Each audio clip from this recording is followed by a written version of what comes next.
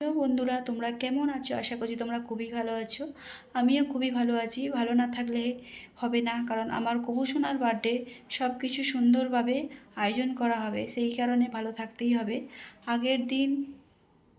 আগের দিন সব কিছু বাজার করেছি।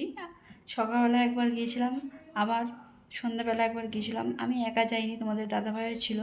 সব কিছু দুজনে মিলে বাজার করে নিয়ে এসে পরের দিন থেকে শুরু করে দিয়েছি। করেছিলাম লুচি, পায়েস, সুজি, 8 রকম ভাজা, আলুর দম, আর করেছিলাম ভাজা পিঠে আর ফুরুলি, ক্ষীর। এইগুলো আস্তে আস্তে পরপর করে গেছি। আমার শাশুড়ি মা ময়দাটা মাখিয়ে দিয়েছে, তারপরে ভাজা পিঠের এটা গুলে দিয়েছে, আর তালফুলের যে মাখানোটা, সেই মাখানোটা মাখিয়ে দিয়েছে।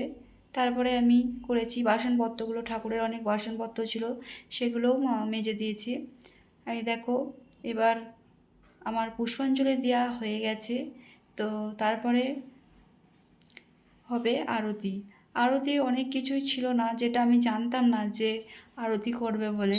তো পঞ্চমুখীটা সাজিয়ে রেখে দিয়েছিলাম। আর সেই যে বড় এর যে শাঁখ থাকে না, যে আরতির সময় লাগে, সেটা ওই বাড়িতেই রয়ে গেছে। আমার অতটা খেয়াল নেই যে ওইগুলো লাগে বলে, তাহলে আগে থাকতে আনতাম। তো কর্পূরও ছিল না, তো বলছি থাক, যখন কর্পূর নেই তাহলে এমনি মোমবাতি দিয়ে এমনি করে দিচ্ছি। আমি জানতাম না যে আরতির সময় এগুলো লাগবে বা এগুলো করবে। এই ফার্স্ট টাইম আমি ঠাকুরমশাইকে দিয়ে পুজো করাচ্ছি, সেই কারণে আমি জানতাম না। পুজোটা বেশ ভালো করেই হয়েছে। আমার মনটা বেশ ভালোই লেগেছে যে এবছরের পুজোটা সুন্দরভাবে ঠাকুরমশাই করেছে। তো তার পরের দিনই তোমরা কি পালন করেছো যে নন্দ উৎসব পালন? সেটা আমি জানতাম না, বা এখানে অনেকেই করেছে, সবাই করেছে দেখছি, যা যা গোপাল পুজো করেছে।